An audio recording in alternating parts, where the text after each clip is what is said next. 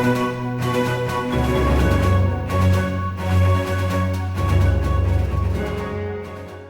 morning. My name is Eberhart School. I'm here to talk about age limit on football. The issue here is that too many people are dying at early ages because starting football careers during their childhood. This is a problem because people or relatives are losing their loved ones. The United States should put an age limit on football to help prevent people from dying at early ages, and they should. Football can cause CTE. CTE forms from repeated head injuries or concussions. In football, players either get hit in the head called targeting or fall on their heads hard. In stage 3 of CTE, it causes depression and anger, which may lead you to commit suicide or kill someone. In stage 4 of CTE, memory loss occurs when you forget the things you care about. Football can damage little kids. Concussions for little kids take longer to heal than adults. Adults who start playing football as a child are most likely to have arthritis and joint trauma. Little kids are most likely to get CTE at an even earlier age. 2/3 of head impacts come from practices. Football can impact their life in a bad way. I have read that football can stop you from having fun with your kids. The Washington Post survey of retired NFL players found that nearly 9 in 10 report suffering from aches and pains on a daily basis, and they overwhelmingly 91% connect nearly to their pains to football. Football can damage your internal organs. On a hard impact, you can damage your liver. Football can also damage your kidney. Football can cause a bluish coloration of the belly or many impacts to the stomach. Football can damage your bones. You can damage your ACL and you wouldn't pick the same player again. As a child, it is very easy to break your bones, such as your shoulder bone.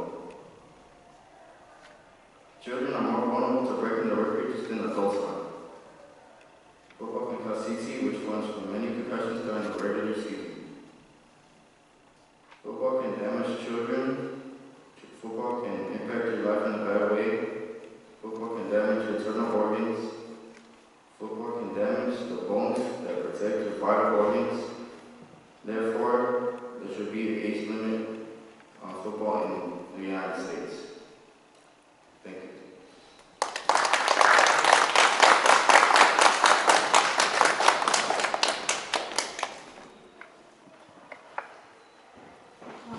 Good morning, my name is and I'm here to talk about the issue of student ID trackers.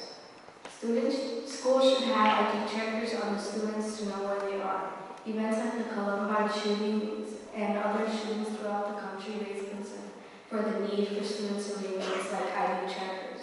This is an issue because many children are not safe either because teachers lose the students or they wander off during an emergency. I think that students should have ID trackers on them at all times during school. The student ID tracker will help improve the chance of knowing where all the students are in case of an emergency. In case there is some kind of drill, the school will know if there is any students in the bathroom or in the hallways and get them to where they need to be. If there is a new student and he or she is lost, someone can help them find them get around the school. After school has dismissed, the school will no longer receive information on where the students are. For the students' safety and for their privacy, the school won't receive information on where they go after school. The school will be able to know where the students are because it is where they go after school. The school will not be able to know where they are because it is very important to keep the students safe away from anyone that might want to hurt them after school. Schools lose money when students ditch, so if the student is somewhere on campus, the school will no longer lose money because they know where the student is and you can get them to their class. Schools receive money based on the number of students counted in their homeroom class each morning. In many schools in the United States, the students are are in school but not in their homeroom class. So they are not counted and the district loses money. Schools are losing money by the millions and it needs to stop. In case of an emergency, the school will be able to know where the students are, and if they aren't in the place they're supposed to be, they can get the students to safety.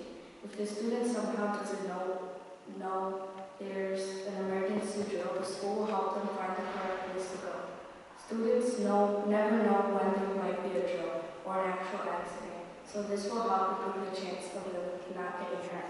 In case there is a substitute, he or she will just start the daily lesson plan without having to deal with attendance because they will just be able to swipe it. The ID tags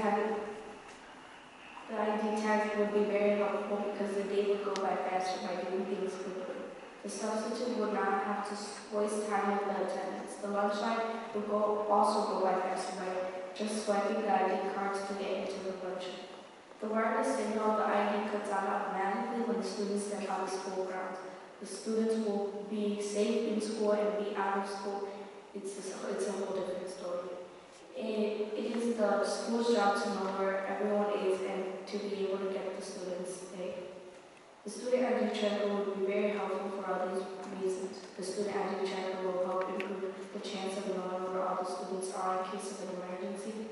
After school has dismissed, the school will no longer receive information of where the students are. Schools lose money when the students ditch. So if the student is anywhere on campus, the school will no longer lose money because they know where the student is and get them to class. In case of an emergency, the school will be able to know where the students are, and if they aren't in the place they're supposed to be, they can get the students to safety. In case there is a substitute, he or she will just start the daily lesson plans without having to deal with the attendance. The wireless signal cuts out automatically when the students step out of school grounds. Therefore, students should have ID checkers on the students to know where they are. Thank you.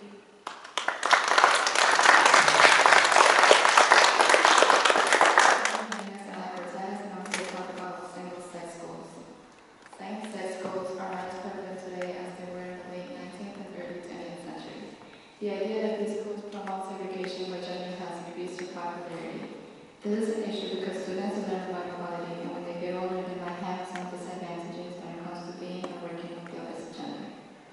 If students learn when they're younger to be around different people, they're going to have a very difficult time in the future when they cooperate with other people. Single-sex schools are mostly affecting and harming young students. That is why I'm against it.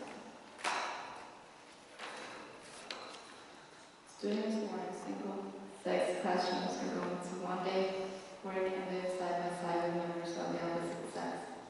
These students are going to one day want to get married and have sexual intercourse with the opposite sex to make offspring. The students may want to be doctors, so they're going to have to attend members of the opposite sex. Most jobs include working with the opposite sex. According to the article, men who attend single-sex classrooms have unhappier marriages and more divorces. Students in single-sex schools are limited to the opportunity of working cooperatively together with the opposite gender. Students who are in single-sex schools only socialize with people of the same gender because they don't know how to work or socialize with members of the opposite sex. These students may want to join co-ed community organizations or religious groups, but they have more disadvantages because they were never taught how to work with the opposite sex. Single-sex education is illegal and discriminatory, states the American Civil Liberties Union. Title IX intended to end sex discrimination in education and became the law of the land on June 23, 1972. The land is most famous for its requirement that schools provide girls with equal athletic opportunities, but it does benefit for both males and females. There is no evidence in general that single-sex education works or is better to girls than co-education, according to the AAUW. According to the article, single-sex school classes produce no educational benefit. The author of the article states that single-sex education is better because the proof is in the test scores, but they believe this is wrong because better test scores can come from better teachers, smaller classes, and since some single-sex schools are typically selected, smarter students too. Diane Halperin, a psychology professor at Claremont McKenna College, pointed out that after reviewing 184 separate studies, no evidence of any academic Female students encourage many busy and unmotivated male students. According to the magazine, females encourage boys to read more often. The data they collected included that whenever a male is asked to read a book by another male, they say, nah, not for me. But once a female asks them, they tend to read it and actually enjoy reading the book. Female teachers encourage equal participation in creative organizations. Students shouldn't be separated by gender at school because students who are in single-sex classrooms are going to one day work and live side by side with members of the opposite sex. Students in single-sex classrooms are limited to the opportunity of working cooperatively together with the opposite gender. Single-sex schools is illegal and discriminatory, states the American Civil Union. Therefore, there is no evidence that single-sex education works or is better than co-ed schools.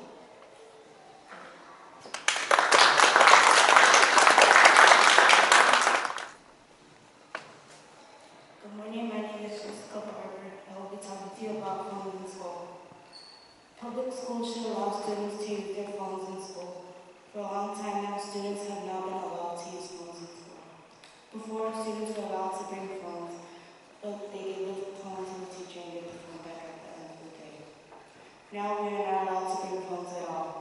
Events like the Columbine shooting raise awareness, raise concern for the need for student surveillance. Having a cell phone with them lets students have the ability to call for help if there is an emergency.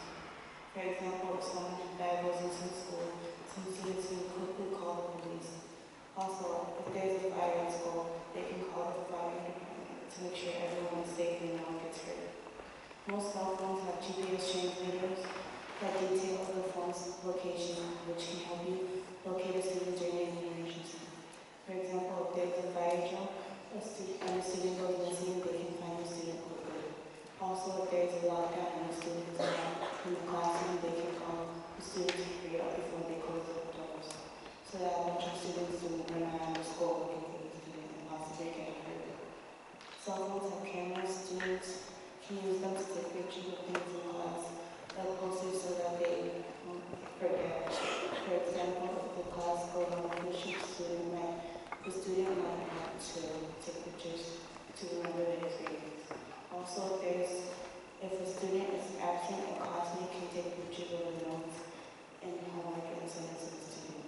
Having a cell phone allows students to have better communication with teachers, especially for questions.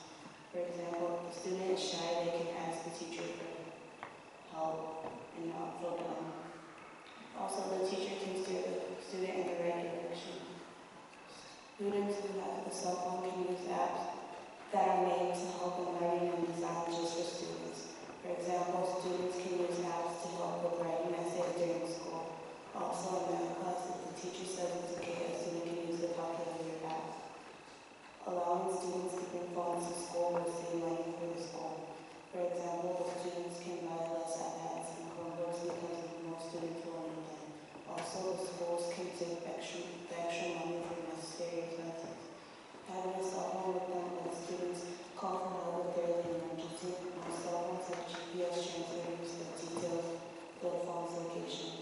Cell phones have cameras. Students can use them to take pictures of things in class, like posters, so that they won't forget. Having a cell phone allows students to have better communication with the teachers for questions. Students who have cell phones can use the apps in learning designed to help students. Allowing students to bring phones to school will save money for the school. Therefore, public schools should allow students to use phones in school. Thank you.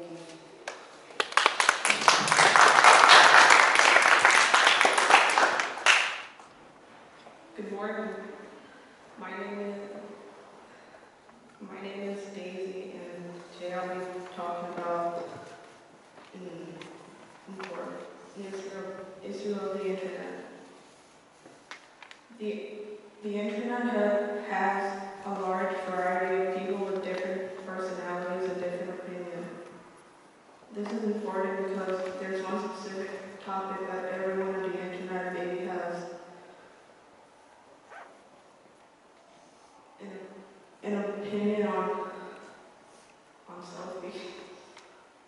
This affects everyone that just won't stop posting pictures of themselves online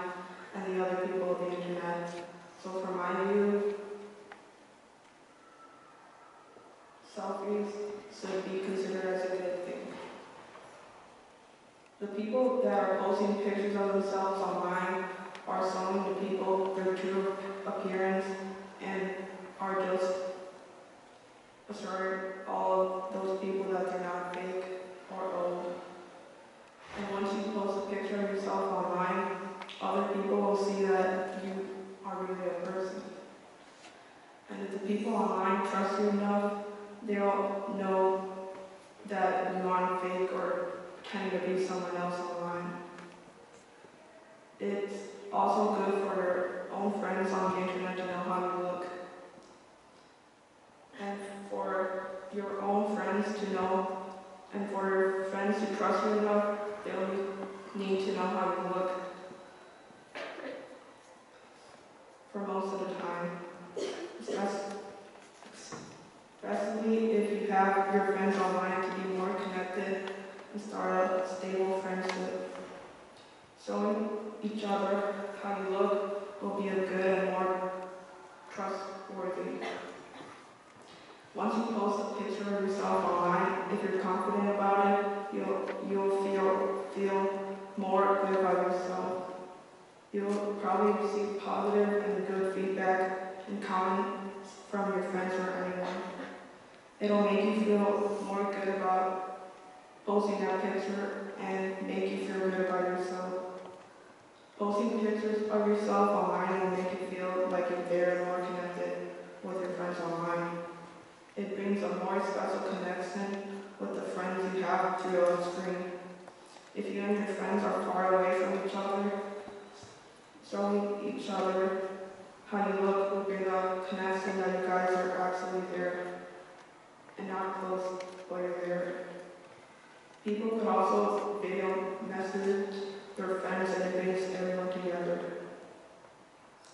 Posting a picture of yourself online will make people recognize you and know you're real.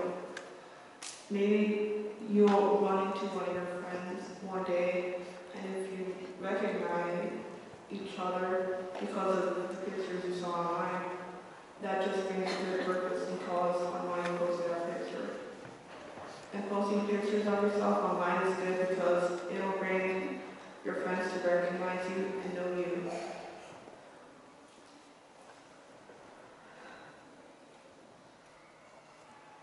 This isn't necessarily for everyone, but for the people that it is for, it brings lots of good effects. It'll show everyone your true self and that you're not fake. It's also good for your own friends to know how you look. Confidence could be something you get out of posting pictures of yourself. It brings more of a special connection between you and your friend. You'll also be recognized by your own friends, which is important. And therefore, selfies should be a good thing. Thank you.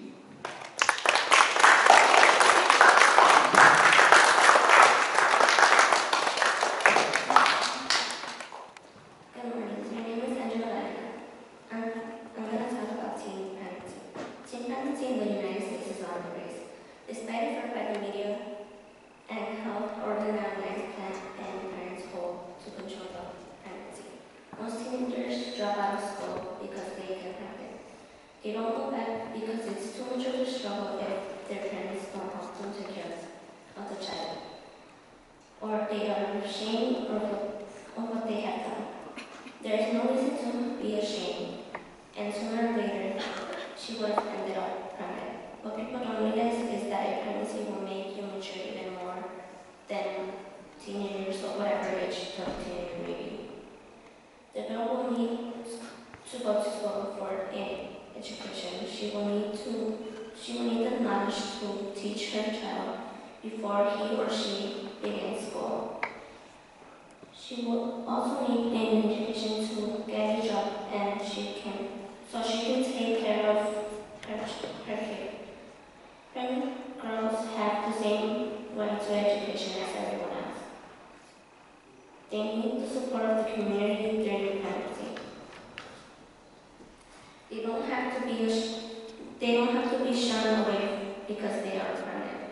The girl should be a able to continue their education so they can get a job to earn a living to support the baby. If they don't finish school, the girl will not even be able to work at a good job. They will have to work at a factory, restaurant, or a store. The girl shouldn't care what people think of them. They should be thinking, I'm going to graduate to give my kid a better life. If they pay attention to what people think, they will move on in life. They will drag themselves down. The girls should stay in school so later on in life they can tell their kid that when things don't go as planned, everything will be okay. If the kid goes through the same thing as their parents went through, the kid can get advice from their parents. The parents can help their kid to take care of their grandchild while their kids are at school. The girl will need to go to school. The girl should be able to continue their education so they can get a job to earn a living to support the baby. The girls shouldn't care what people think of them. The girls should stay in school so later on in life they can tell their kids that when things don't go as planned, everything will be okay. Therefore, pregnant teenage girls should be allowed to continue school.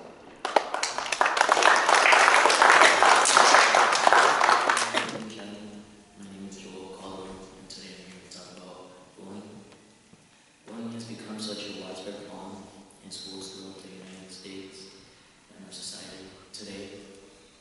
The problem here is that the average student in the United States and throughout the world faces a great deal of bullying so severely that the student could have to end up growing up with psychological issues in their life as well as to their adulthood. This issue affects the student so severely in a way that there's no point in returning for them to being normal as they used to be in life. Normal is the point since they've been bullied repeatedly every day in school. Schools should take bullying more serious. Victims of bullying sometimes might commit suicide or go into depression or might not attend school because of bullying. According to the Central Disease Control, also known as the CDC, 14,400 young students have committed suicide due to bullying. There are 100 attempts. Over 14% of schools have considered suicide and 17% already done it, or attempted it. At least 160,000 students stay home from school every day because of fear of being bullied every day that they go. As the cycle begins over and over again, victims of the bully, of being depressed, and bully often show signs of ongoing sadness, losing interests of favorite activities that they once used to do. They have trouble sleeping and a lot of changing in eating habits.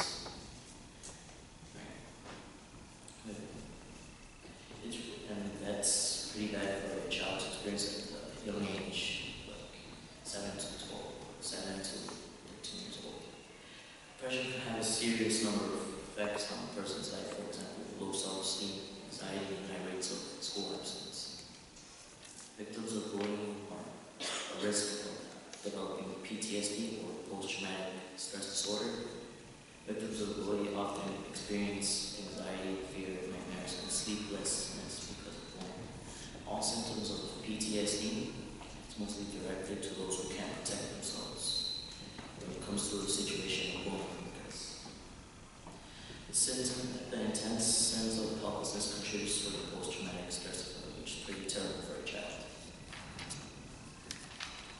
At such a young age, for PTSD to happen, the victim of bullying, he or she needs to be involved in a direct personal conflict or experience, and he or she felt threatened or was badly injured as a result of the conflict. That's why, as a teacher, you guys should take this subject more serious, and as a adult, you guys should stand along with the child who's being bullied in order for them to feel that there's hope and getting rid of bullying someday. Victims of the bully end up feeling sadness, loneliness, changes in sleep, eating habits due to bullying. When children experience bullying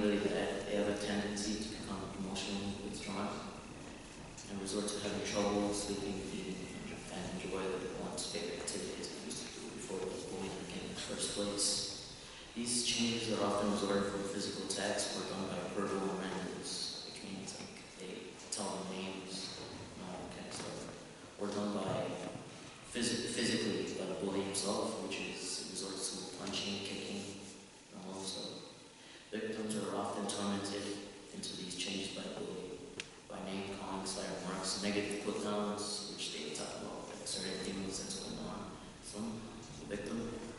And these put downs can be easily imprinted on the victim, which scarring with these symptoms, sadness, loneliness, change sleep, and eating habits. The victim of bullying might end up being a bully themselves. It's called the vicious cycle. The victim has been bullied to no point of return. They see no way out. They do not see anybody that can help them anymore at that point. Or you could say they lost all faith in themselves because of bullying. To top it off, all adults in their lives let them down, including the teachers also. Children who have been abused can end up exhibiting bullying behaviors, and children who have been bullied may tend to repeat the same bullying behaviors. Those who have been bullied at a young age in middle school and high school is most likely to become a bully himself or herself as they progress in their age in school and career. Victims of the bully usually end up having low self-esteem, which means that they have no confidence in yourself, and so on. A single act of bullying can cause low self-esteem that could probably end up as a lifelong problem.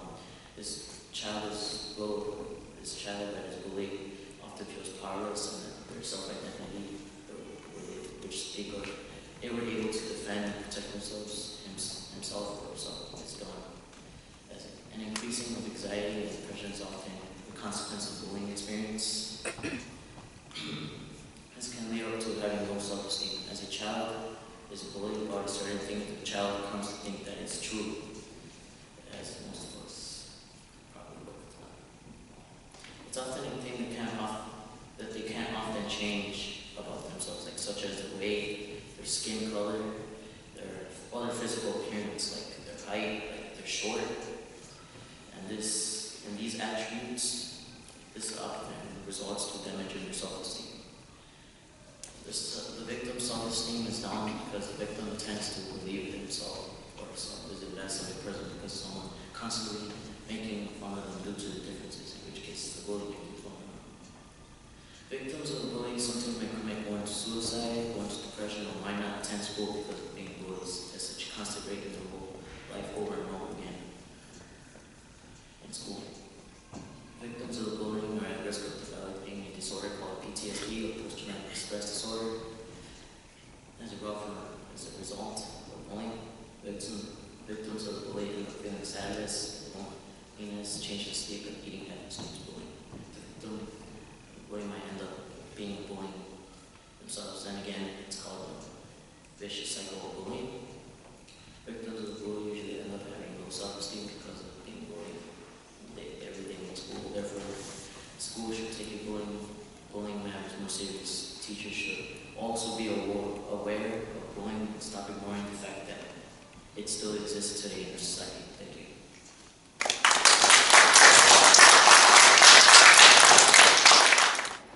Good morning. Today my name is Robert Green and I will be discussing the issue of bullying. Bullying is very bad to many people in the world. Bullying hurts people and makes them do bad things because of bullying. Millions of kids have been bullied to the point where they will bring a gun to school or commit suicide. All of these things are very bad for students that are being bullied. Families are hurt because their child either has either killed themselves or somebody made them commit suicide. Schools makes it worse because they rarely do anything about bullying, so some kids take the problems into their own hands. Bullying victims are 2 to 9 times more likely to commit suicide. Suicide is the third leading cause of death among young kids and young people, reaching about 4,400 deaths per year according to the CDC. Over 14% of high school students have considered suicide, and almost 7% has attempted, which is pretty bad. 10 to 14-year-old girls may be even at high risk of committing suicide, according to studies above, because anything a bully will say will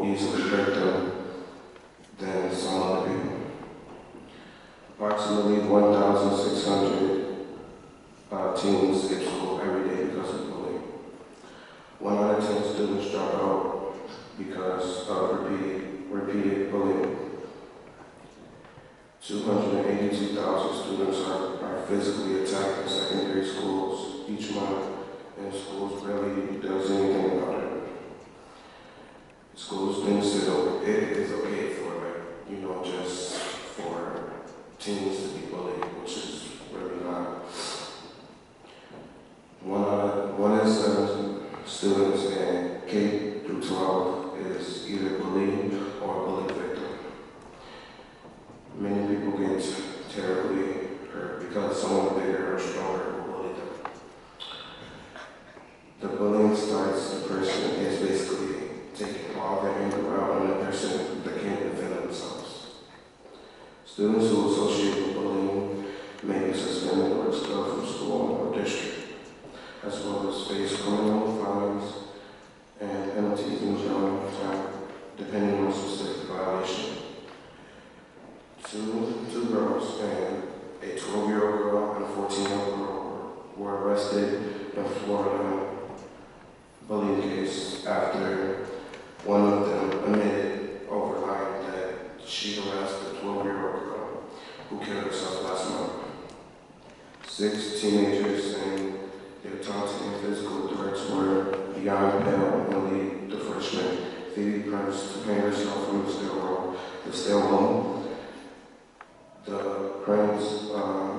The Phoebe Prince case, 2 boys, 2 girls, 16 to 18 faced a mix of felonies and charges that included statutory rape.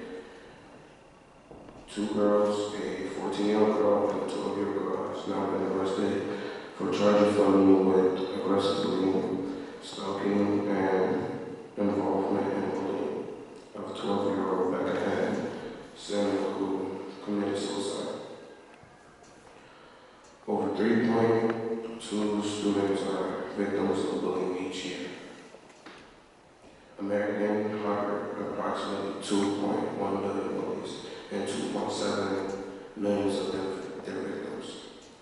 56% personally witnessed some type of bullying. 54 students said physical abuse at home could lead to violence in school. Many kids also felt bullying and add on to what they say and try to hurt someone and make that person feel bad.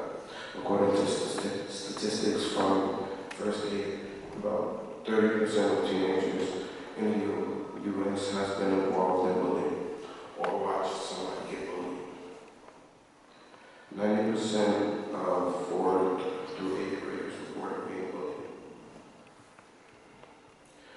To conclude, victims are 2 to 9 times more likely to consider bullying.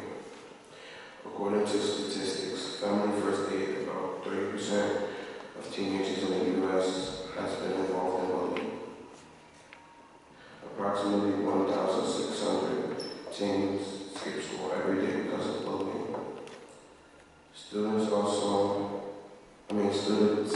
who associate with bullying may be suspended from school or district, as well as face civil fines and penalties in jail, depending on specific violation. Over 3.2 million students are victims of bullying each year. 56% of students have personally witnessed some type of bullying at school. Therefore, students should be suspended for any form of bullying in the United States to present bullying in school.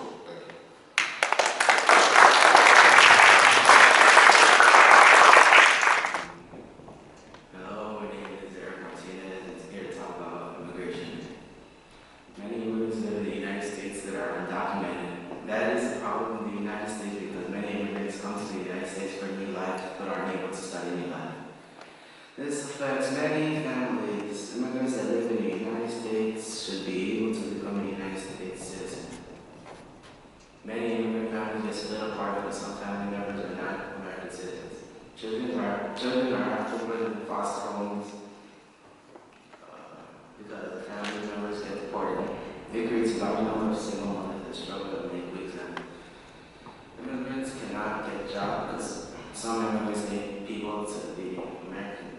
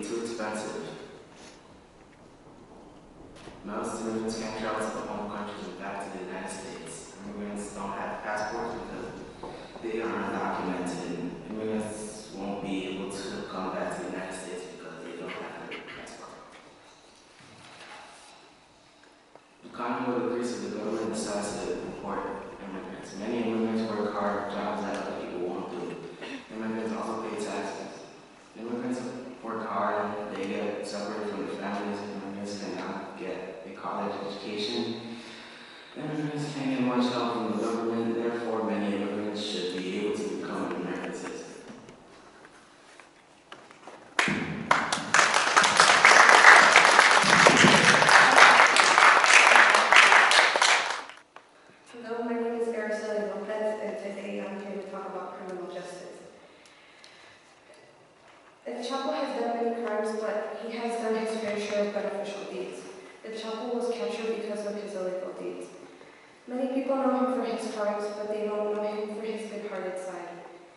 This is a problem throughout the country of Mexico. Many people are marching and chanting that El Chapo should be freed. This affects the people who idolize him and want him out of jail. El Chapo should be freed and should be treated like a normal human being. El Chapo is seen as a Robin Hood-like figure in his village. He gives them work and money. More than that, he challenges the government, makes fun of the government, escapes from prison. He's a modern-day Robin Hood, says Mr. Valdez. It's complicated, but at the end of the day, it generates jobs in Mexico. It moves money and a lot of it, says Mayor Mario Venezuela. Joaquin gave money to the poor and provided money for his mother. In Joaquin's mansion, he has his brother's graves filled with so many beautiful decorations. Most drug dealers are heartless. Most drug dealers kill and don't give money to people. And Joaquin isn't like most drug dealers. Instead of thinking about himself, he gives to the ones who need assistance. And Joaquin Guzman was abandoned by his family. Joaquin's father was an abusive man and was a drug dealer. When Joaquin was 15 years of age, he was kicked out of his home. Joaquin did not know how he would survive on his own. That's when Joaquin got into the drug business. When a person drops out of school in Mexico, they will not be able to get a job. In Mexico, they don't accept people who haven't finished school. A teenager doesn't know any better. They're barely going into adulthood. Everyone makes mistakes. The authorities that protect people from criminals or the police have done illegal things and accept the price from criminals. Mayor Mario Venezuela said, "We do not want to face up to the fact that our economies, to a large extent, depend on that. Sadly, that's how it is." Joaquin Guzman had made bribes from jail. Doing so, many police officials agreed and participated. Government officials and police officials are involved in drug dealing and make more money than they would make otherwise. There are so many criminals that are known for drug dealing, and government officials haven't done good for the community. There are many criminals who sell drugs, and neither the police nor the government has done anything about it. Instead of the government using the money for the homeless, the government uses the money for less important things. The government uses the money for his own benefits. Joaquin does in fact kill people. The government kills people because they either want more money or for stupidity. Many people believe it's for the good of humanity when it's not. The government doesn't care about society. The government does whatever he wants without reasoning. If people were to look at the government, people would say that this country is in fact corrupted. Police officers don't help the community. Most police officers don't serve justice. Most of the police officers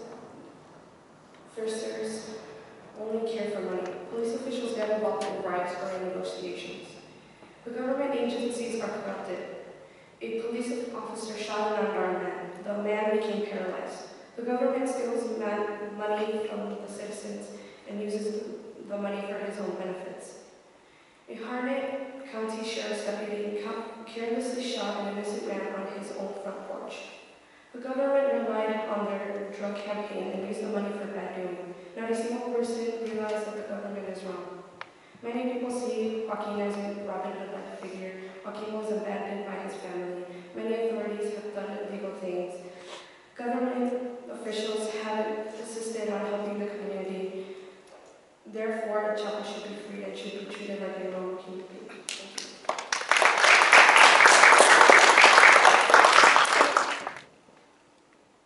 Good morning, my name is Eberhart, and I'm here to talk about the issue of uniform policy. In the United States, most elementary schools are required to wear school uniforms. This is a problem because it doesn't let students focus on what they're supposed to do. This affects the education of the students. I'm against the school uniform policy. The uniform policy in the United States should be banned. Uniforms take your freedom of expression. Students that have to wear the same clothes as every other kid in school are unable to express their individuality and creativity. kid express themselves in their own way. Students should be able to wear what they want to, but it should also be appropriate for school. Uniforms cost money and can be a prohibitive expense in families. Kids are constantly growing, that means they could outgrow their school uniform anytime soon. Most kids grow every year. That means parents have to waste a lot of money on buying school uniforms for their children every year. Most families that have more than one child in school, that means they have to buy uniforms for all of them, and that's a huge expense.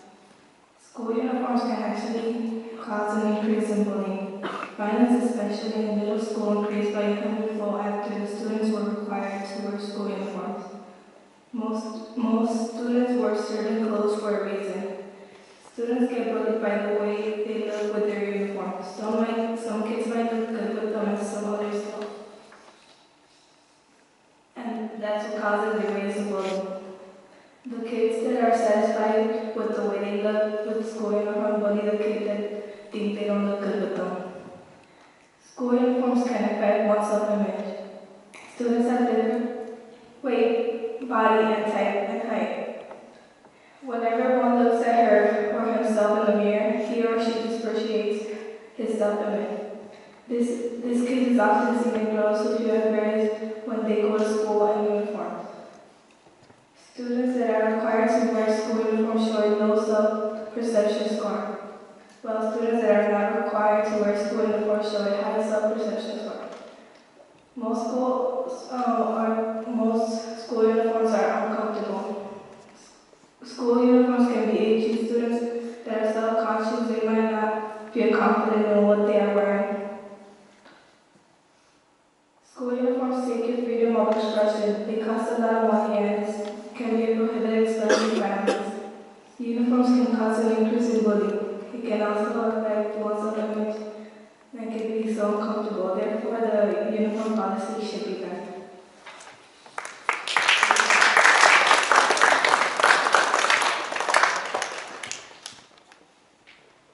Good morning. My name is Giovanni Juarez, and I will be talking about animal testing. The United States still uses animals as a safety to the bugs, and will continue unless we stop it. Imagine showing your kids pictures of animals that we once knew, but instead of saving and taking care of them, we kill them instead. The problem here is many animals are harmed and killed. These animals are being experimented at without knowing anything will happen to them. I want to ban any kind of animal testing that will harm the animals. Animal testing can harm or kill the animals. In research and testing, animals are subjected to experiments that can include everything from testing new drugs to infect new disease.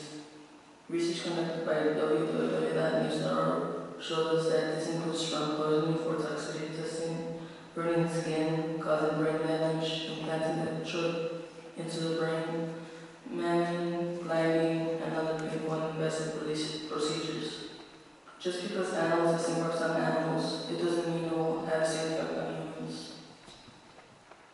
Animals' bodies are different from humans. Animals don't get the same diseases as humans do.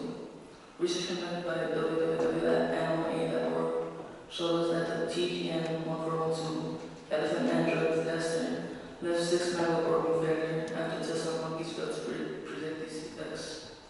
There are many incidents like this in the world. Animals and bats not only suffer with pain but their daily existence as well. Animals spend their lives in their cages, unable to make choices or express natural behaviors. Most animals have never experienced fresh air or sunshine, only bars and concrete. Too many animals are taken for animal testing. According to www.news.org, every year in the U.S., over 25 billion animals are used in biomedical experimentation, product and cosmetic testing, and science education. This includes dogs, cats, birds, rabbits, pigs, sheep, monkeys, chimpanzees, and more. The Animal Welfare Act is the only federal law that provides even minimal protection for the animals in laboratories. Rat, mice, and birds bred for research constitute 90 to 95% of animals in labs. Approximately 10% of all of warm-blooded animals in labs are covered under the AWA Animal Welfare Act. According to the USDA's available figure, 7.8% of all AWA-covered animals in labs underwent painful procedures without the benefits of pain relief. I want to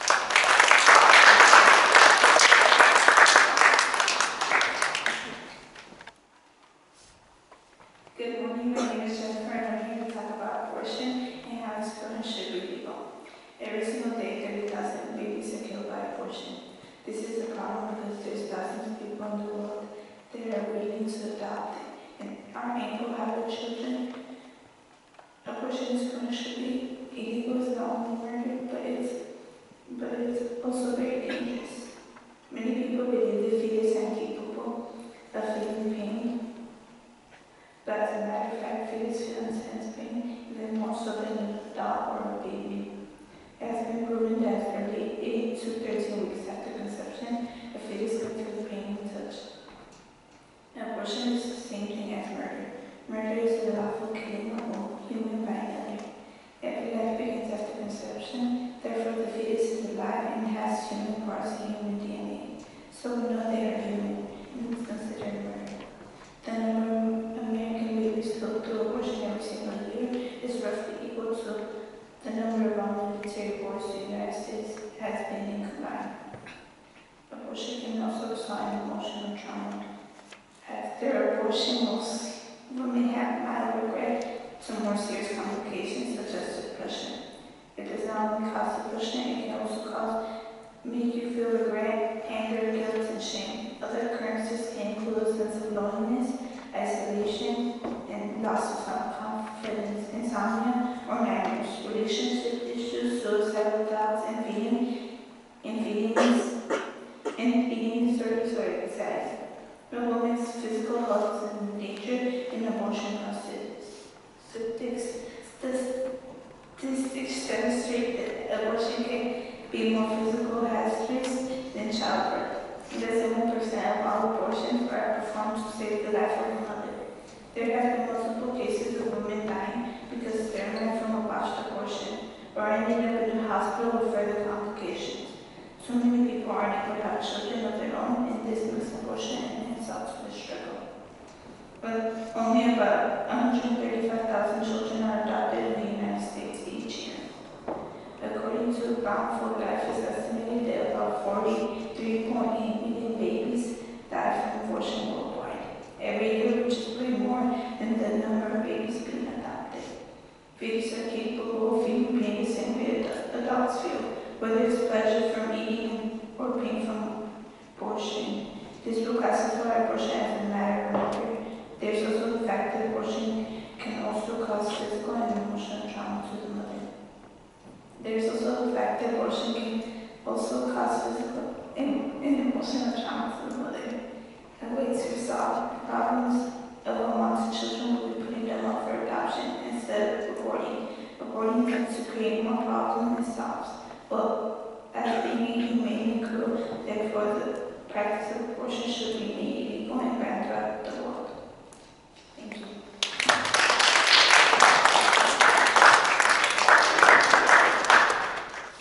Good morning, my name is William Rollins. I'm going to talk about teen pregnancy.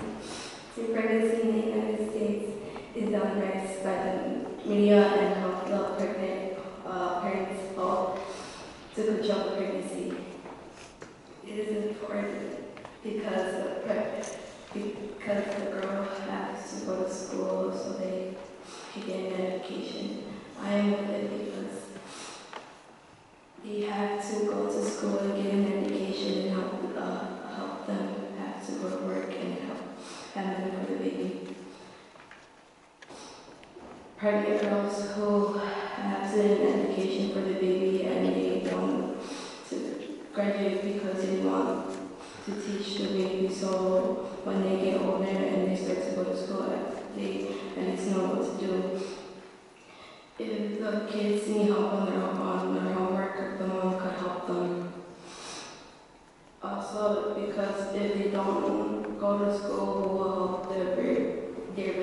Because some of the work the kids they might not know, and the parents might not help them. In the world, a lot of pregnant teenagers go to school now because they want an education for the baby. Pregnant girls want to have a better life for their baby because if it's a girl, they don't want the same thing happening to the girl, and then it's a boy. They should not make the same mistake as the dad. They want a better life for the girl because if they don't want to see her in the same place as them, they want a relationship that they will not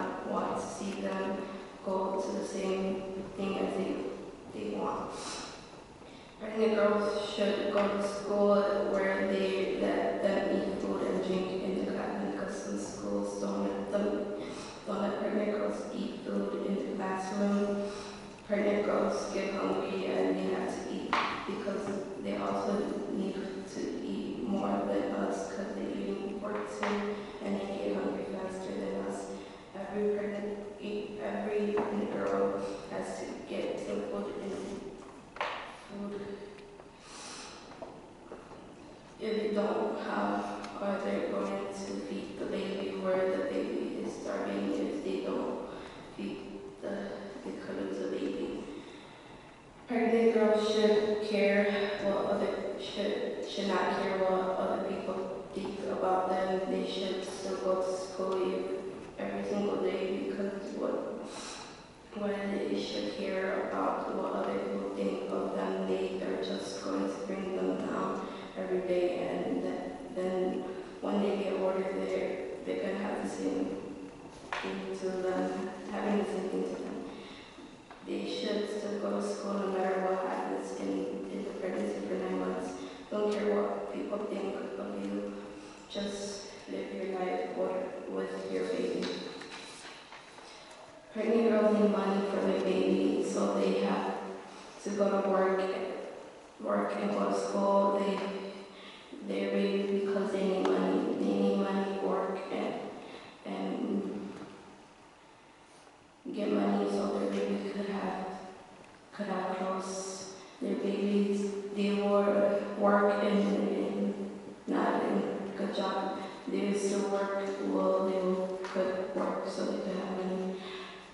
Pregnant girls want to have an education for their baby and they want to graduate. Pregnant girls want to have a better life for the baby. Pregnant girls should go to school where they let them eat food and drink in the classroom.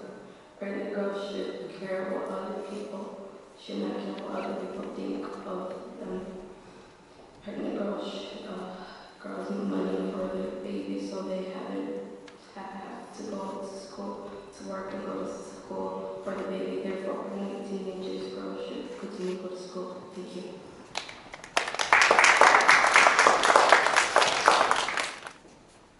My name is Gosal. I'm here to talk about corporal punishment. And states in the U.S. let schools enforce corporal punishment on kids. The problem here is that this is showing kids a blind side. In you in first grade, you can by a paddle 5 times pushing back in her. It's not the right thing to show kids. I'm here to stop corporal punishment from continuing in our society. Teachers can go overboard and hit the child so hard that the child might need to go to the hospital. Kids who get corporal punishment from teachers the kid might take it out on others. May cause emotional problems and can make kids drop out of school.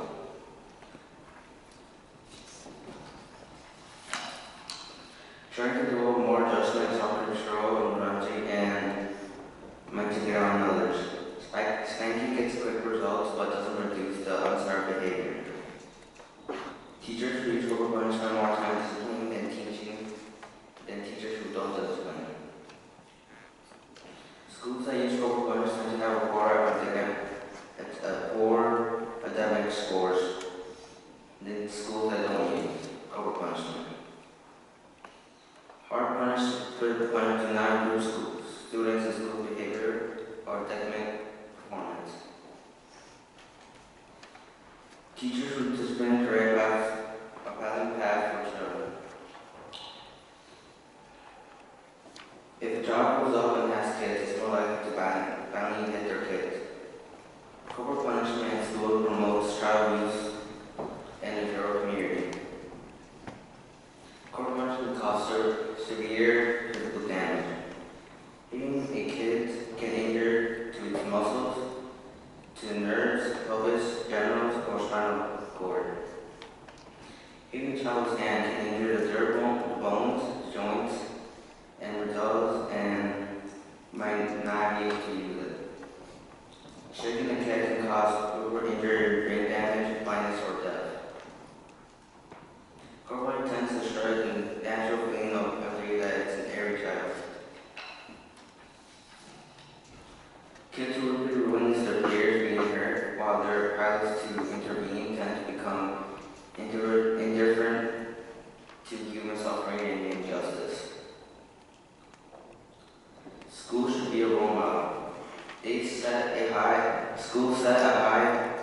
the highest possible standard.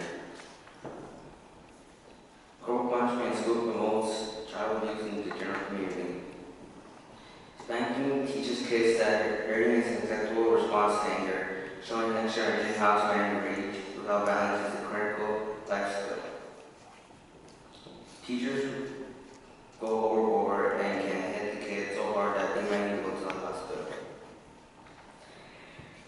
Kids who get corporal punishment from teachers might make the kid take it out on other people.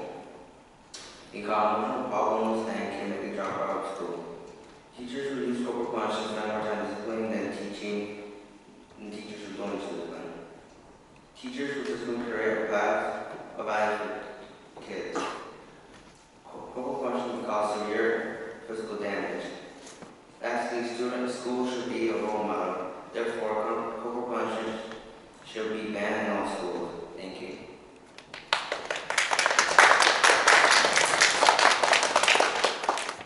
Good morning, my name is Irving Jimenez. Today I would like to talk to you guys about the topic of immigration. The topic of immigration has become one of the greatest issues in the United States. This is an issue because immigrants are being discriminated because of their race. This issue affects many immigrant families that live in the United States. The United States should let immigrants become citizens. Immigrants should become citizens because they have the same rights as citizens of the United States. Many immigrants are treated differently because they are not citizens. Illegal immigrants deserve the same rights as U.S. citizens have simply because they work the jobs the American economy needs to survive. Immigrants should become citizens because immigrants should live a normal life without worrying about getting deported. For most undocumented immigrants, fear and the stress that comes with it is a constant part of life. Adults and kids alike must keep their situation secret from nearly everyone they meet, afraid they'll be reported and sent back. Because undocumented immigrants live in fear of being discovered, they often lose without services that others take for granted. Parents might not enroll their kids in schools or take them to the doctor when they're sick for fear that these things could get them arrested or reported. Many undocumented immigrants want to become citizens of their new countries or at least get their official documents that will allow them to stay and work. Many undocumented immigrants want to become citizens of the new countries or at least get official documents that will allow them to stay and work. But to apply for these documents, they must make themselves known to the authorities. They might feel that going through legal channels will have the opposite effect, that once the government knows about them, they'll be sent back to their home country. Families get split up because they are not citizens. If immigrant parents have been deported or detained, many immigrant officials, then they can't be with the children. Up to 15,000 kids can be in foster care because they're split from their parents. Most child welfare departments don't have the resources to handle such an increase. Many immigrants don't get a good education and don't get good medical help because they are not citizens. The health care options for undocumented immigrants and their families will be little. Immigrants do not qualify for coverage under the Affordable Care Act. Immigrants should become citizens because immigrants have the same rights as citizens in the United States. Immigrants should become citizens because immigrants should live a normal life without worrying about being deported. Immigrants get split up because they are not U.S. citizens. Many immigrants don't get a good education because they are not citizens. Some immigrants don't get medical help because they are not citizens. Therefore, the United States should let immigrants become citizens. Thank you. Good morning, my name is Daniel, and I'm here to talk about the issue of grading teachers. Public schools should have students to be able to grade their teachers. This is an issue because students want to let their teacher know how well they're doing at their job. This problem affects students and teachers alike. If students are able to grade teachers, a lot of problems will be solved. I believe that students should grade their teachers. My first reason is because grading helps the teacher realize what they have to do. Some teachers don't put enough effort in the work they give to their students. When students grade teachers, it helps the teacher assess how well they're doing at their job. One last thing is that it will help the teacher with their teaching habits. If the teacher starts getting graded and the grades are bad, the principal can take action or give that teacher a warning. Many teachers are fired every year by the union, but with grading, we can fire teachers and bring the good ones in. When the teachers are graded, the principal can take action and help the classroom. If the teachers are graded, any badly teachers can be fired and better teachers can be hired. School can only function correctly and well with good teachers. 2015, the amount of teachers that were hired went down, which means with grading, we can keep the best teachers when we can. Graded teachers will help the school become a better place, not only for teachers and staff, but for students. There are teachers that don't care about the work they give to their students. One of the most important factors in raising student achievement is a highly qualified teacher. School can only function properly with good teachers. Some teachers are respectful to their students, and grading will change that. All educators expect their students to be respectful to them. Some fail to realize there's a two-way street. Schools should be a safe haven, and kids should trust all of their administrators, teachers, and staff members. Grading will help all the students feel comfortable. An educator who has a positive attitude about it, and the students and the job will be more effective. The teacher must figure out the personalities and interests of each student and incorporate components that connect with each individual. Grading will help the teacher realize what they have to do. If students grade teachers, the principal can take action. Grading teachers will also help the school hire better teachers. What grading teachers can do is help the school become a better place. Some teachers are respectful and grading will change that. One last thing is that it will help the students feel more comfortable. Therefore, students should be able to grade their teachers.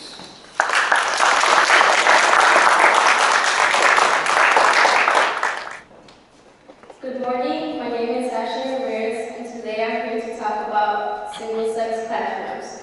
Boys and girls should learn in separate classrooms.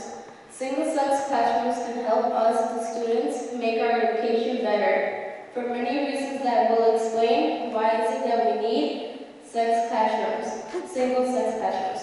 Let's all come together and make a better change for our education.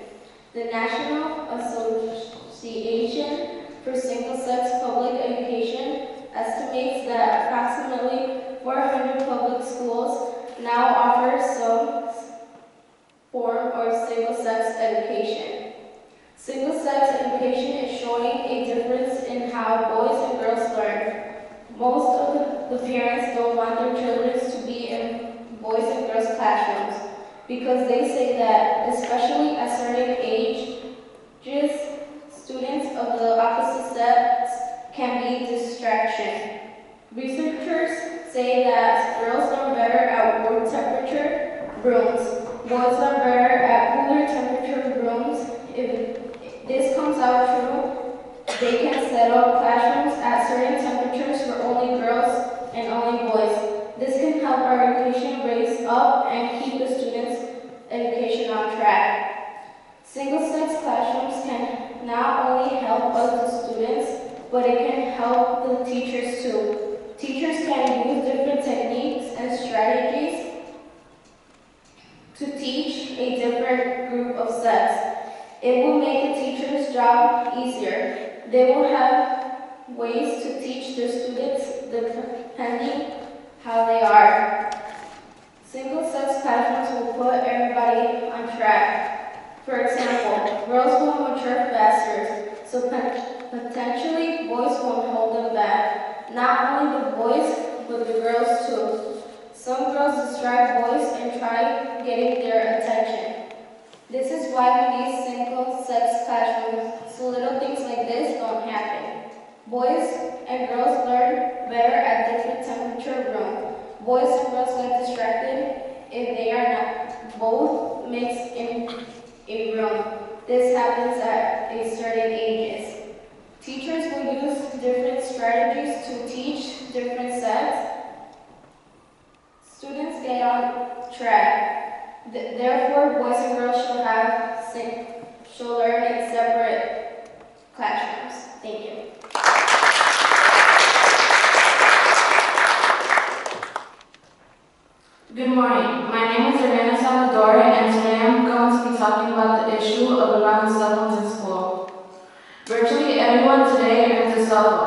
that become so commonplace that people can get through the day without one. This is a problem because it's not fair that students aren't allowed to have their phones in school, while mostly everyone else in the country, including teachers, are allowed to have them. All Chicago public schools should allow students to have their phones during school hours. Cell phones can be used in case of an emergency. If there's ever a dangerous situation, a student can call the police for help. If a student gets hurt, they can call 911 and ask for more help. Students can call their parents or guardians if it's not a very serious situation. Allowing cell phones in school teaches responsibility. Students know that they shouldn't use their phones for games or social media during school. Phones should be used responsibly and for educational purposes. Students are getting older and should be trusted according to their age. Teachers expect students to act mature, but don't give them the opportunity to act like so. Cell phones can also be used to remember important things. Students can take a picture of notes if they don't have enough time to finish them in class. Students can use their phones and use a calendar to mark down any important dates. Students can use the reminder app to remind themselves to study for any important tests. Cell phones can be used to communicate with students who don't show up to school. A student can record a class so the student can see what he missed during the day of his or her absence. Students can message a student of absence with the teacher's permission and ask if they would like someone to take them the work that they have missed. A classmate can just take a picture of the notes he or she needs to copy down and send it to a student that cannot go to school. Allowing cell phones into the classroom gives the teacher more time to teach. Students can take pictures of notes instead of copying them down in a moment. Sometimes it can take up to a whole class period to copy notes down. Teachers can use the time that they have left to teach more things to the students. Teachers can also use the time that they have left to explain to any students if they do not understand the work. Allowing cell phones in school will lower the percentage of students that get in trouble for having their phones. Students get in trouble just for having their phones in their book bags. When students get in trouble, it goes on the record. It looks bad on your record when you get in trouble. Cell phones can be used for any type of emergencies. Letting students have their phones in school can teach them how to become more responsible. Cell phones can be used to remember important things like test dates. They can be used to communicate with students who are not at school. Allowing cell phones in school can save the teacher time. Therefore, cell phones should be allowed in school. Thank you.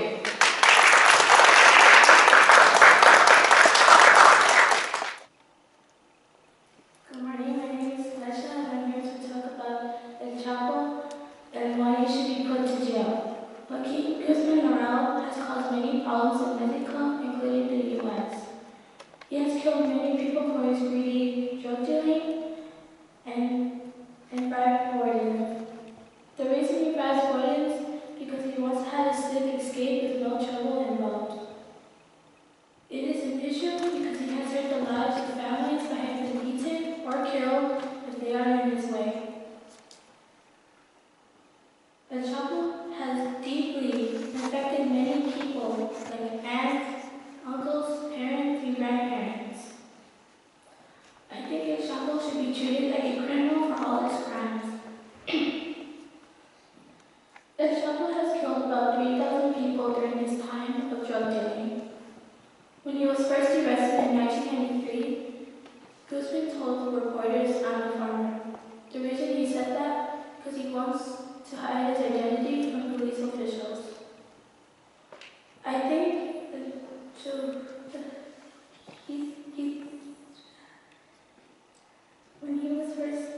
when he was again arrested in 2014, he told a well-known Mexican journalist that he has killed 3,000 people. And Chapo was not only attacking and lying about his situation of his drug trade, but was also praising criminals for their actions. Mira Mora, an ambassador of Mexico, stated, "I cannot fail to mention that this money in the case of my country is associated with a wave of violence in the past few years, with confrontations between rival gangs and the deaths of my innocent people who have crossed the confire of assassins. Mira Mora continued, this person will pay for the pain he has inflicted in Mexican society by going to jail. That is his destiny. El Chapo runs the biggest international drug cartel in the world. When El Chapo was only 15 years old, he began to grow poppies and marijuana. In the 70s and 80s, Guzman began smuggling drugs across the U.S.-Mexican border. Guzman's cartel trafficked cocaine, heroin, marijuana, and meth. The Sinaloa cartel emerged as one of the major traffickers of drugs like cocaine and heroin in the U.S. in the 1990s. El Chapo ships an estimate of more than a half of cocaine, heroin, methamphetamine, and marijuana. El Chapo said, I have a fleet of submarines, airplanes, trucks, and boats. Nothing could stop me from making more money. How greedy he sounds, not thinking of others. So-called Robin Hood-like figure. Today, El Chapo faces 12 counts of murder and is in jail for that. Guzman's empire, while still deemed praiseworthy, was built on bloodshed. On September 20th, 2011, women from those Mazatecas were working at the time under the Sinaloa cartel, tortured bodies of 35 men and women along a city highway in Boca del Rio, Veracruz. Joaquin Guzman Morel escaped prison 3 times. By escaping jail not 1, but 3 times, he was mocking the government saying, no one can stop me. Guzman cut his 20-year sentence short on January 19, 2001. He was smuggled successfully out of Ponte London. July 11, 2015, Guzman escaped to a tunnel from Mexico's top security prison. A top security prison. January 8, 2016, he was once recaptured in Los Manches, Sinaloa, after a shootout with Mexican Marines. It takes Mexican Marines to get him. Therefore, I think El Chapo should be treated like a criminal for all his crimes. El Chapo has killed about 3,000 people during his time of drug dealing. I wouldn't mince my words to mention he has killed more than just 3,000.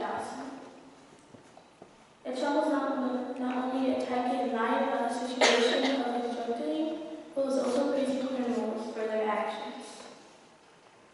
El Chapo runs the world's biggest cartel in the world, and not only, today El Chapo has 12 counts of murders in jail for that. He has escaped prison 3 times, and all of them were successful. It is your choice if you should be treated like a Robin Hood-like figure or a crazy, bloodthirsty madman. Thank you.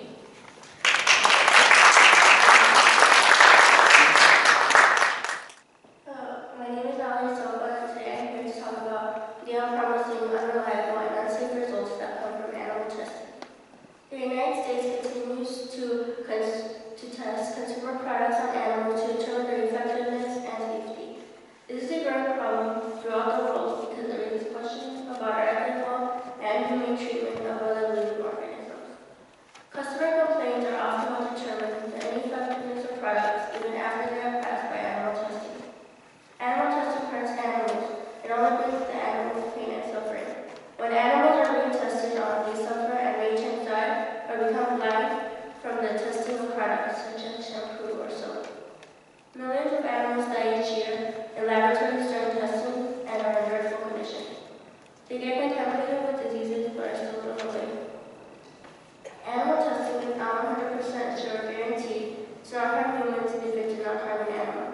According to Cruelty Free International, the website states that human trials, despite promising results in animal tests, whether on safety grounds or because they do work, many times humans are affected due to animal testing. Results show that some drugs are not harmful, so they are sold, and when digested by humans, their conditions show unpromising results. Animal testing continues every day, but unlikely shows accurate and reliable data. Public awareness has grown, and it has come to attention that mostly everything is tested on animals. According to public opposition to animal testing, Dennis Campbell states that research conducted by TheGuardian.com, public opposition to the use of animals in medical research is shown, and trust in both scientists and rules of governing in controversial practice is failing. No government-funded research is being conducted. Every day, public awareness grows with the issue of animal testing. The majority of things are tested on animals, such as shampoo, conditioner, shampoo, and such. Using animals to test products on is a waste. Each year, about 115 million animals are used for testing, and most are killed. Only 25 medicines are approved annually. Laboratories are willing to kill 115 million animals for 25 medicines. Animal lives are being wasted due to the purpose of animal testing. Almost 50% of medicines have side effects that cannot be detected on animals if a product carries them. According to Cruelty Free International, the website states that their research Vioxx, a drug used to treat arthritis, was found to be safe when tested on monkeys and 5 other animal species, but caused 320,000 heart attacks, strokes, and 140,000 deaths worldwide. Many unreliable sources have shown untrustworthy results that harm people severely. Therefore, I personally think that animal testing should be banned as far as the government's resources can influence. Animal testing shows very little accurate results at the cost of many animals. Animal testing is dangerous not only for animals, but also for humans. When a product is passed by animal testing, there is always a chance of the product not being safe for humans. As stated, only 25 medicines are approved each year at the cost of 115 million animals. 25 medicines that we do not need. We have always end up making more than we need. 115 million animals for 25 medicines for other humans. Thank you.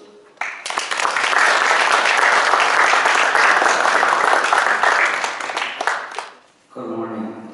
My name is Saul Rodriguez.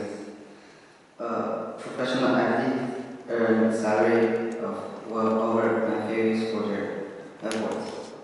While other people don't think professional athletes deserve that much money.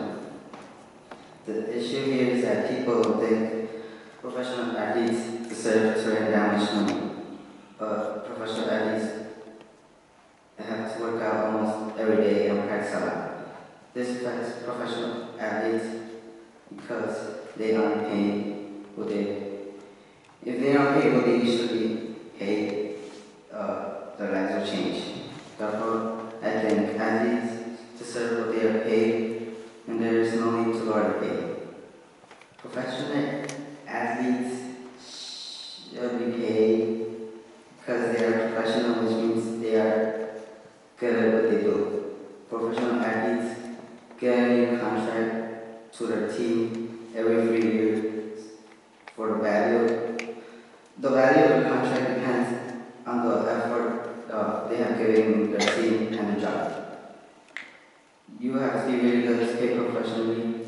More than 3/4 of men's Division I basketball players think they will play professionally, but less than 2% of them will make it. Like regular people, professional athletes can get hurt or injured. In order to get better, professional athletes need to pay for all their expenses to get better. Professional athletes need to pay for hospitals, therapy, and other medical expenses in order to get better to return to play. Sometimes players need to sit out sometime in order to get better. So if they didn't get paid what they usually pay, they would be in need of money and they would need money to get better faster. Professional athletes put most of their time on the job, so they can't get another job. Since being a their own job, they need money for bills and to support their families. Also, most professional athletes have large houses, so they have to pay them. Sometimes professional players will buy other stuff like jets and cars. Professional athletes should be paid more because the more they make, the more they have to work. They have to put most of their time on the job, like working more hours, making more public appearances, and scoring more than others. They have to also work more most of the time in order to be the best for players. Professional athletes should be paid more because they attract big crowds of fans with their skills. Fans pay just to see these players matching or compete against each other. Fans usually pay receiving prizes for tickets to see professional athletes compete. These tickets usually are higher than over $100. Professional athletes should be paid because they are professional, which means they are the best of what they're doing. Professional athletes sometimes get hurt, so they need money for hospital bills. Professional athletes put 100% of the time in the job, so they don't have another job, and they need money for bills. They should be paid more because then the more they make, the more they have to work, like putting more hours, making more public appearances, scoring more. Professional athletes should be paid more because they attract fans with their skills. Therefore, I think professional athletes should be paid more because they deserve it.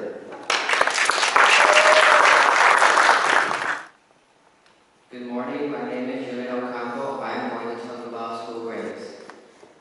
Grades for academic assignments have become a cause for heightened levels of stress and depression among school age. This is a problem because most students are failing and are trying very hard to get good grades. Students can lose their self-esteem, and this problem is happening to bright students. This affects all the new students who start their first year or later on in their high school or college year. And the teachers might benefit in teaching again and gain money. The United States should ban grades for all schools. Students focus more on grades than learning. Although some students have told Roberts that cheating was part of the culture in their high schools, the motive for cheating is high in the intensely competitive computer science field, he said. The past decades of education have trained students and teachers to focus on grades rather than learning. Teachers used to hear this often from students. I didn't do very well on the test. Is there any extra credit I can do to raise my grade? Or, I am so close to a B in class. How can I earn some more points? That's often been students inquire about improving upon a particular component of the unit's content. Grades create unnecessary stress in kids. Pressure by parents and schools to achieve good grades have created stress levels among students beginning as early as elementary school. Students in high school have become very stressed out in homework, and each class has signs and pages of homework. From kindergarten through high school, the causes of childhood stress are numerous. One of the most commonly cited is standardized test stress, which starts in first grade in many states. Grades make kids cheat on homework and memorize instead of learning. Students feel as if their life success depends on getting the top stat scores and the highest grades. In a survey of the college students, between 75% to 98% of the participants reported having cheated in high school. Some kids were bullied get bad grades because of pressure. Teachers would notice a sudden drop in the student's grade. Bullies take away students' focus on homework and other important tests that a student only thinks about the times a bully hit or shoved him or her. These series of emotions are the ultimate distraction, especially when it comes to grades. Bullying is making a negative impact on academic performances throughout the United States. Grades should not be define how smart we are. Grades don't define intelligence, they define the effort students add and by heart. Students have become more about getting grades than learning, which entirely defeats the purpose of it. The effort put forth is a much better indicator of what someone's grade is going to be than their intelligence. If someone gets good grades without cheating, the grades are only a proof of his or how good he or she has understood a particular topic or a chapter. The students of any grade focus more on grades than learning. Grades create unnecessary stress in kids that can affect them for their high school and college year. Grades make students cheat on homework and memorize instead of learning. Some kids who are bullied get bad grades because of pressure. Grades should not define how intelligent we are. Therefore, the United States should ban grades for all schools. Thank you.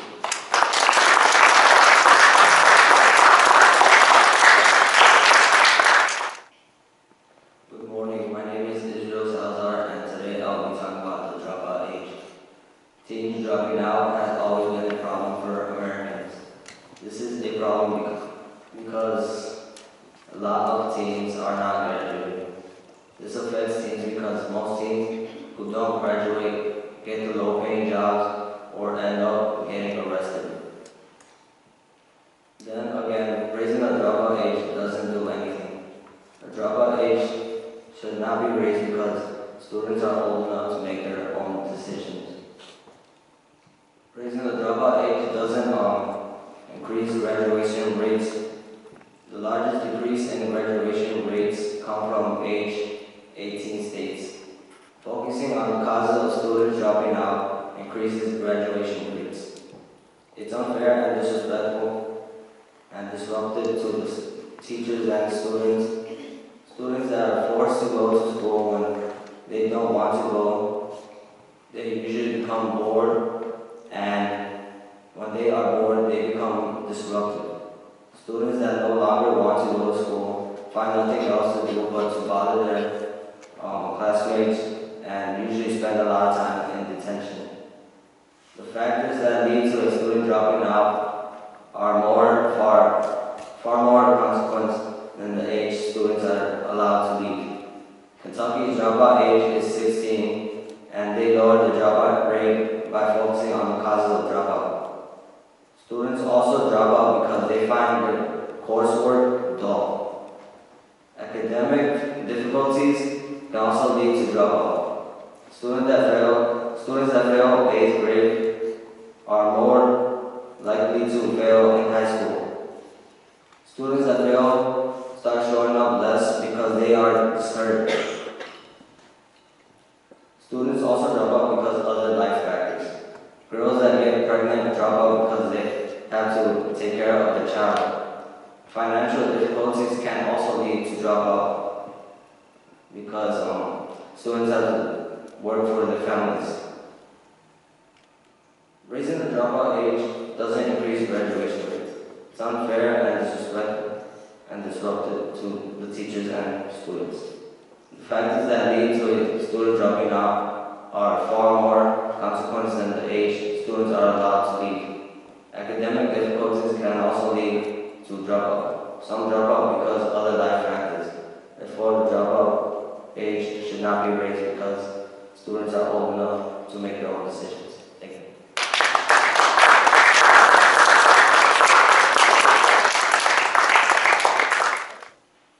Hello, my name is Guadalupe Ruiz and I'm here to talk about animal testing.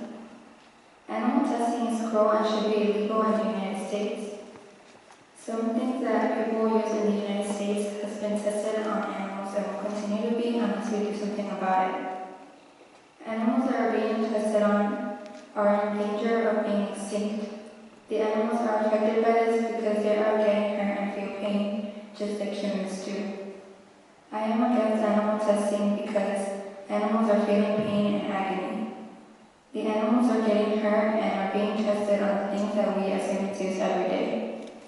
They are taking the hit for us, their lives are being put in danger, and we can do something to stop animal cruelty. There are other things that we can test on that can replace animal testing.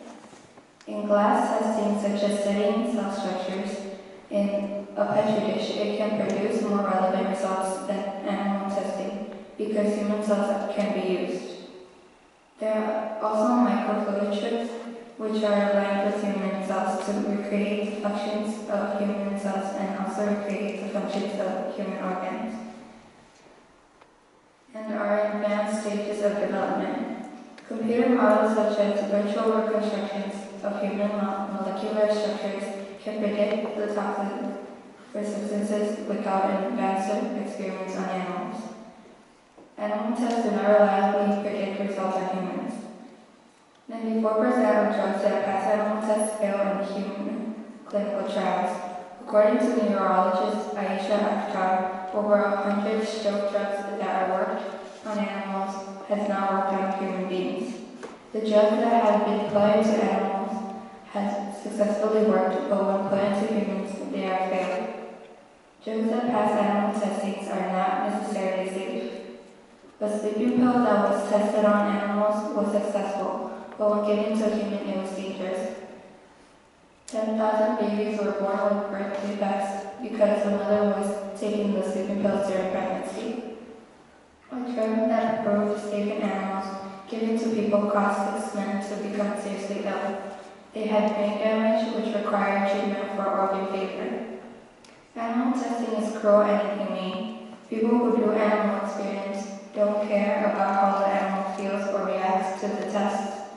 Animals die and suffer in the United States because of animal testing. People who spend time with animals know they experience the same range of emotions as people. Even the people who do the test on animals, but they continue to hurt them no matter how the animal feels. Animal testing can harm the animals during experiments. Animals used in testing often undergo procedures that result in terrible pain and trauma. For example, animals are being forced underwater for long periods of time. They are also being infected with diseases which are allowed to process too far before the animal is euthanized humanely.